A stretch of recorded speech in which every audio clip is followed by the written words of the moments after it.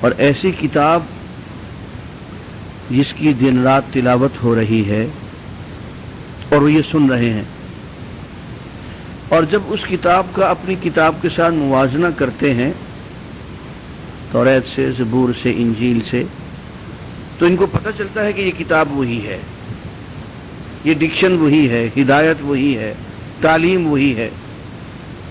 ہاں، جہاں جہاں ان لوگوں نے گڑبڑ کی، تحریف کی، تبدیلیاں کی، اللہ کے کلام میں بشر کا کلام ملا دیا، تو یہ کتاب جو ہے بشر کے کلام سے محفوظ ہے۔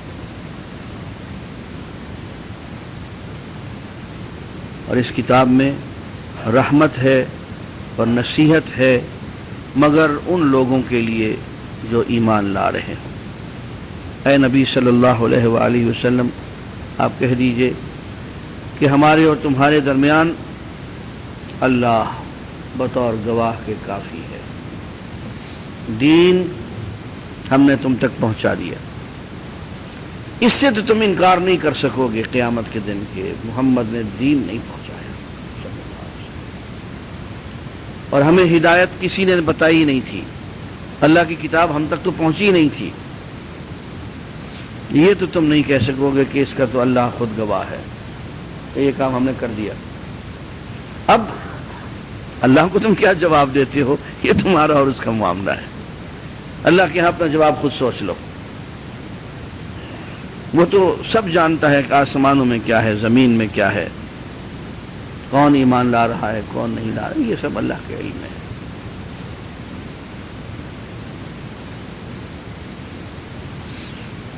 اور بہت جلدی کرتے ہیں عذاب کے معاملے میں، کہتے ہیں کہ اے محمد صلی اللہ علیہ وسلم، وہ جو تم عذاب سے ہمیں ڈراتے تھے، روز کہتے ہو کہ اگر دین پہ عمل نہیں ہوا، لوگ ایمان نہ لائے تو اللہ کا عذاب آ جائے گا، اس دنیا میں عذاب آ جائے گا، آخرت میں عذاب آ جائے گا۔ یار وہ کہیں بھی دکھاؤ تو صحیح، وہ کیا ہوتا ہے وہ عذاب؟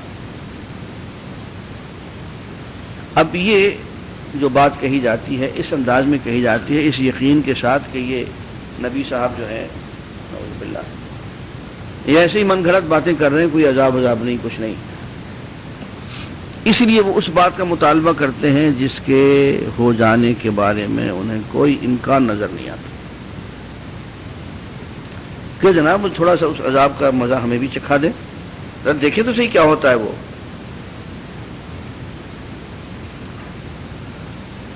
وَلَوْلَا أَجَلٌ مُّسَمًّى لَجَاءَهُمُ الْعَذَابُ۔ اے نبی صلی اللہ علیہ وآلہ وسلم، ہم نے پہلے سے ہی اگر کوئی پروگرام اور منصوبہ اور ٹائمنگز اور ٹائم فریم سارا طے نہ کیا ہوا ہوتا تو ان کو عذاب کا مزہ بھی ہم جلدی ہی چکھا دیتے۔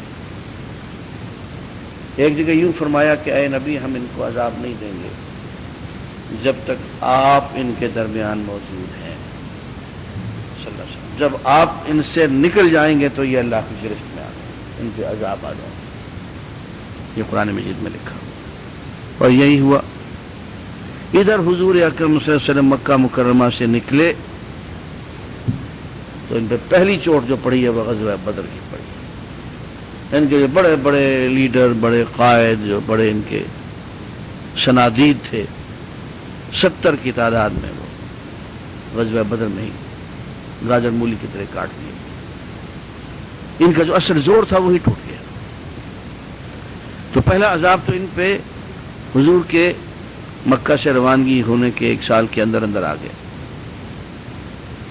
1 سوا سال کے اندر آ گیا۔ اس کے بعد پھر ان کی مسلسل ایسی ٹھکائی ہوئی ہے کہ جب تک فتح مکہ تک، جب تک کہ پھر یہ مسلمان نہیں ہو گئے ہیں، مسلسل یہ لوگ پھر ماتم ہی کرتے رہے۔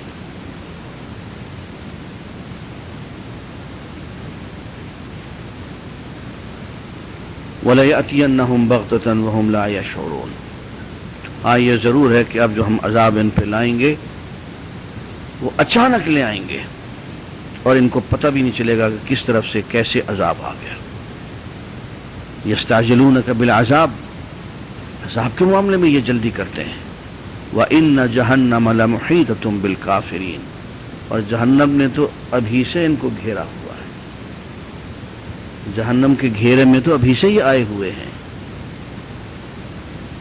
یہ ایسے ہی ہے عزیزان گرامی، جیسے کہ ایک مجرم جو ہے وہ پولیس کے گھیرے میں ہو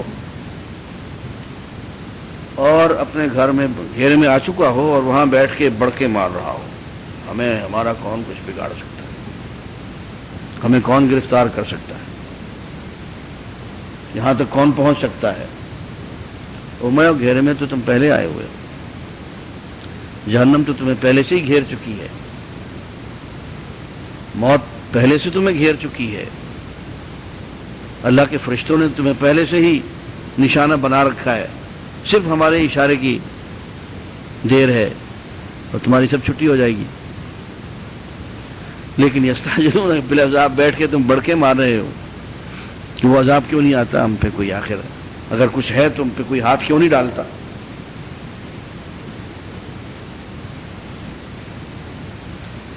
آیت نمبر 61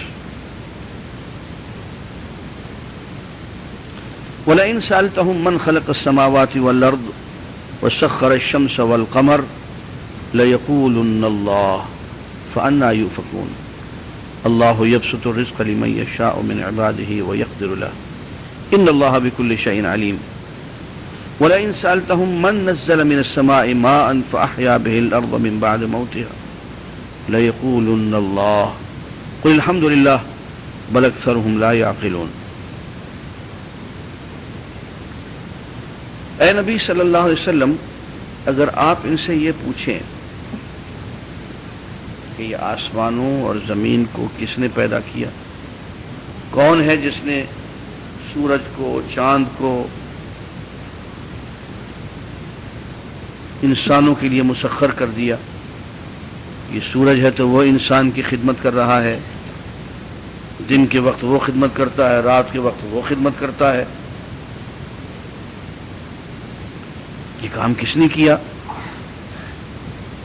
پوچھیں، کہتے ہیں کہ یہ تو اللہ نے کیا۔ اچھا، اگر یہ سارا کام اللہ تعالیٰ کا کیا ہوا ہے، پیدا اللہ نے کیا ہے، اس نظام کو اللہ ہی چلا رہا ہے، تو ظالموں عبادت غیروں کی کرتے ہو، اطاعت غیروں کی کرتے ہو، دعائیں حاجتیں غیروں سے مانگتے ہو، کیا ہو گیا تمہیں؟ انا یوفکون، تمہاری عقل کیوں اوندھی ہو گئی ہے؟ اللہ ہی ہے جو جس کے لیے چاہتا ہے کھلا رزق عطا فرماتا ہے، اور اپنے بندوں میں سے جس کے لیے چاہتا ہے رزق دیتا تو ہے، لیکن ذرا ناپ تول کے، کچھ کم، کچھ لوگوں کو بہت کھلا رزق، کچھ لوگوں کو ذرا تنگی کا رزق۔ وہ جانتا ہے کہ کس کو زیادہ رزق دینا چاہیے، کس کو کم رزق دینا چاہیے، اور جو زیادہ رزق پا رہے ہیں وہ اس لیے نہیں کہ وہ نیک لوگ ہیں، زیادہ رزق ملنا بھی آزمائش، کم ملنا بھی آزمائش، دونوں امتحان ہیں، اور وہ جانتا ہے کہ کس سے کیا امتحان لینا ہے۔ اے نبی، ان سے اگر ہم پوچھیں، ان سے اگر تم پوچھو کہ یہ آسمان سے بارش کون اتارتا ہے، یہ نظام کس کا ہے، اور بارش اتارنے کے بعد زمین میں یہ سب سبزہ، کھیت، ترکاریاں، غذائیں، پھل پھول، یہ کون اگاتا ہے؟ زمین مردہ ہو چکی تھی، اس کو پھر سے زندہ کر دیتا ہے، وہ کس کا یہ کام ہے؟ لَيَقُولُنَّ اللَّهُ۔ تو یہ مشرکین مکہ، یہ کفار قریش، یہ سب لوگ یہی جواب دیں گے کہ بھئی یہ کام تو اللہ کا ہی ہے۔ قُلِ الْحَمْدُ لِلَّهِ، پھر کہو کہ حمد اللہ کے لیے ہی ہے، تعریف اور شکر صرف اللہ کے لیے ہی ہے، وہی خالق ہے، وہی مالک ہے، وہی پالنہار ہے، وہی سب نظام چلانے والا ہے۔ بل اکثرہم لا یعقلون، لیکن اکثر لوگ اس معاملے میں عقل سے کام نہیں لیتے۔ ایک دفعہ ما قدر اللہ حق قدری، لوگوں نے جس طرح سے قدر کرنی چاہیے تھی اللہ کی نہیں۔ ایک جگہ فرمایا کہ ما لکم لا ترجون للہ وقارا، تمہیں کیا ہو گیا، تم اللہ کے ساتھ وقار سے پیش نہیں آتے. جس عزت وقار کا لائق اللہ ہے تم وہ اس کے لیے پیش نہیں کرتے. تو یہ سب وہی بات ہے کہ اس معاملے میں لوگ عقل سے کام نہیں لیتے. اس کے بعد یعنی گرامی ہم سورہ الروم کی طرف آتے ہیں. آیت نمبر 8.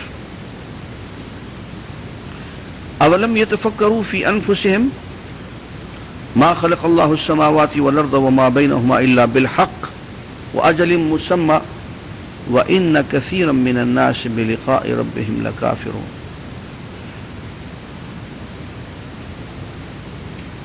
ما اولم يتفکروا فی انفسهم، کبھی انہوں نے اپنے اندر جھانک کے غور سے نہیں دیکھا کہ جسم کی اس کھال کے نیچے کیا تماشا ہو رہا ہے؟ کبھی دیکھا نہیں؟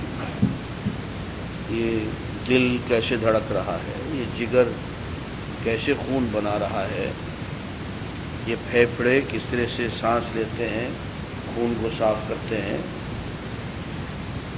یہ معدہ کس طرح سے غذا چکی کی طرح اس کو پیس دیتا ہے، حل کر دیتا ہے. پھر آگے چھوٹی آنت ہے، پھر بڑی آنت ہے، کس طرح سے یہ غذا اور اس کی طاقت کو نچوڑ لیتے ہیں اور جسم میں پہنچا دیتے ہیں. پھر کبھی گردے کے فعل کو نہیں دیکھا کہ جیسے ایک چھلنی ہوتی ہے، فلٹر ہوتا ہے پوری باڈی کا، کہ جو کام کے اجزاء ہیں وہ جسم کے اندر رہتے ہیں اور جو ناکارہ اجزاء ہوتے ہیں یا زہریلے اجزاء ہوتے ہیں ان کو وہ پانی میں حل کر کے جسم سے باہر پیشاب کے راستے سے پھینک دیتا ہے. کبھی اس غور پہ نظام پہ غور کیا ہے؟ یہ نظام تم چلا رہے، یہ دل تمہارے پروگرام کے تحت دھڑک رہا ہے. جانے جانے سے اسی دل پہ ہی کبھی غور کر لیا جائے گا کہ یہ کرتا کیا ہے. ایک ایسا آلہ ہے جو کہ 100 سال تک، 150 سال تک، 200 سال تک آرام کیے بغیر، 1 سیکنڈ کا آرام کیے بغیر، اور جتنی مقدار میں یہ خون ادھر سے پمپ کر کے پوری باڈی میں پھینکتا ہے، یہ کام اگر آپ کسی کمپنی کے قیمتی سے قیمتی پمپ سے اگر آپ لیں تو وہ اس کو چلائے رکھیں، ریسٹ نہ دیں، چند دنوں سے زیادہ وہ کام جل جائے، چوس جائے گا، ختم. اللہ نے ایک ایسا پمپ بنایا ہے جو 150 سال تک، 200 سال تک، بعض زندگی لمبی ہوتی ہے، 70-80 سال تک 1 سیکنڈ کا بھی آرام کیے بغیر دنیا میں قیمتی سے قیمتی فولاد ہو اور وہ یہ کام کرے، چند دن سے زیادہ نہیں. لوہے میں یہ طاقت نہیں ہے کہ وہ بغیر ریسٹ کیے مسلسل چلتا رہے اور پمپ مسلسل کام کرے. اور 1 سیکنڈ کا اگر ریسٹ کر لے